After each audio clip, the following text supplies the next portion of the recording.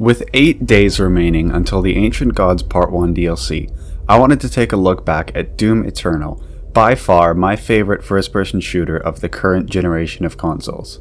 Doom Eternal has one of those art styles that is just so unique from any other game. If you look at everything, it's almost cartoonish, and it's so colorful and bright, which is really interesting compared to the dark, drab tone of Doom 2016, and I really love that change between the two games. The backgrounds in Doom Eternal. You can look at the backgrounds of all of the detail. If you take Exaltia, for instance, or when you first step into the Super Gore Nest, and you see just the torn up cities just destroyed by the demons, it's so awesome to see. This game has a fantastic UI, which comes really handy in combat because you can see your frag grenades, your fuel for the chainsaw, all of the super important things for combat is really at your disposal, is right in your line of sight. I love the fact that you can choose different colors for the UI in Doom Eternal. You can have a darker red and almost a blue, like I use, or you can have the standard colors that come with the game, which is like a light green, yellow, kind of really cool looking design. There's also really cool filters that you can put on the game, so you can make the game black or white. You could make the game look like the original Doom games with the original feel to them. It's really cool that you have the ability to do that. Now, the highlight of Doom Eternal is obviously the combat. And combat in Doom Eternal is my favorite part of the game by far. The emphasis on movement and stay on the move gameplay in Doom Eternal is even stronger than in Doom 2016. You are highly encouraged at the start of the game to move and keep on a move and keep using your jump, your double jump, your dashing, because you will be punished and the game will teach you to stay on the move or you will lose the fight. The addition of monkey bars and the double dash to combat is super awesome, and it really adds that extra layer of fun to combat. You can be in the arena and you can be jumping around, grabbing the monkey bars, swinging, double dashing, and then using your sticky grenades to snipe out a Kako demon. Super fun, super addictive gameplay. This game has by far some of the best weapons that I've seen in any video game to date. All of them have incredible attention to detail and are super fun to use. Each weapon has mods which can be unlocked by mod bots, and what these will give you is special extra alternate fire modes to the guns. For example, the combat shotgun can have sticky grenades, which you launch by using the left trigger, and you launch these little sticky bombs that can attach onto enemies and cause pretty big amounts of damage. Or you could have a fully automatic shotgun, which turns your combat shotgun into an assault shotgun. It's super awesome. Another great part about the weapons is that there's no pistol like Doom 2016. That was one of Doom 2016's weak points for me.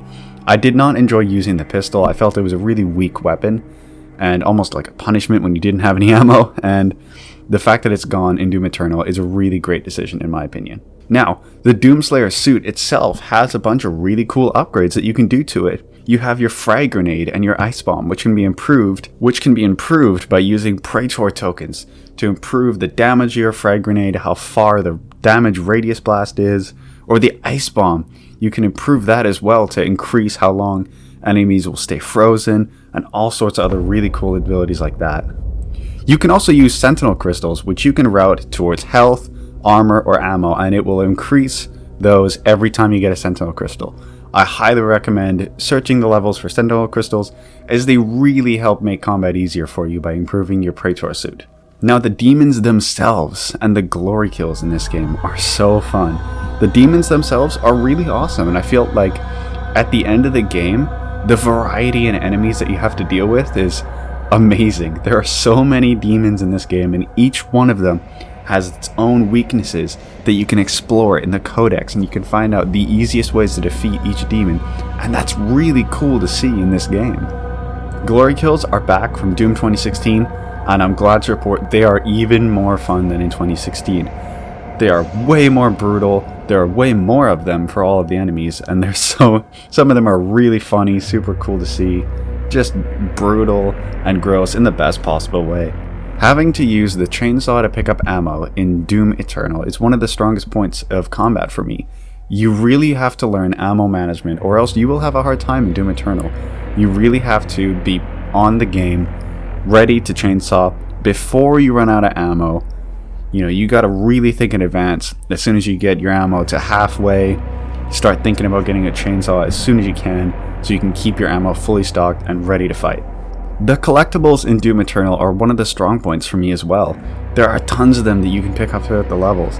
You have extra lives, which obviously give you extra lives throughout the game. You have mastery tokens, which will allow you to unlock the mastery upgrade for each weapon and really improve the strength of that weapon.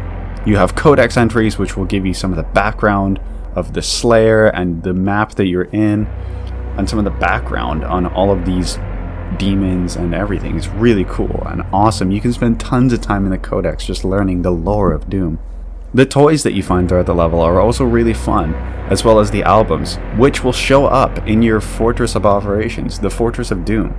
If you head over there, you can check it out. It's a really cool place to hang out in between missions. Both the toys and albums show up in the Fortress of Doom, and you can spend tons of time looking through all of the toys and the albums and playing these albums as you explore the Fortress of Doom. It's really awesome to have. Another thing that you can do in the Fortress of Doom is you can use the Sentinel batteries that you find throughout levels and use those to unlock different outfits for the Slayer. You can unlock more Praetor tokens and mod bots in the Fortress of Doom to really help upgrade your Doom Slayer. Compared to 2016, there are a lot more cutscenes in Doom Eternal, which I think really helps add to the story aspect of the game, and by far the story of Doom Eternal is much better than in Doom 2016. Another aspect of the story that I've really enjoyed compared to Doom 2016 is the final boss battle. The final boss battle in Eternal is so much stronger than in 2016, and I really wish you guys go to the end of the campaign and fight the final boss. With the Ancient Gods Part 1 DLC coming out for Doom Eternal, I'd really appreciate your input in the comments as to whether I should or shouldn't do any videos on the DLC itself, because I would love to, and I'd like to go if you guys would want me to do so. Alright guys, so that's it for this video. Doom Eternal is by far one of the greatest games of this generation, and I really hope you guys enjoyed this video. If you would, please leave a like and subscribe. That would be amazing, and I'll see you guys in the next one. Peace.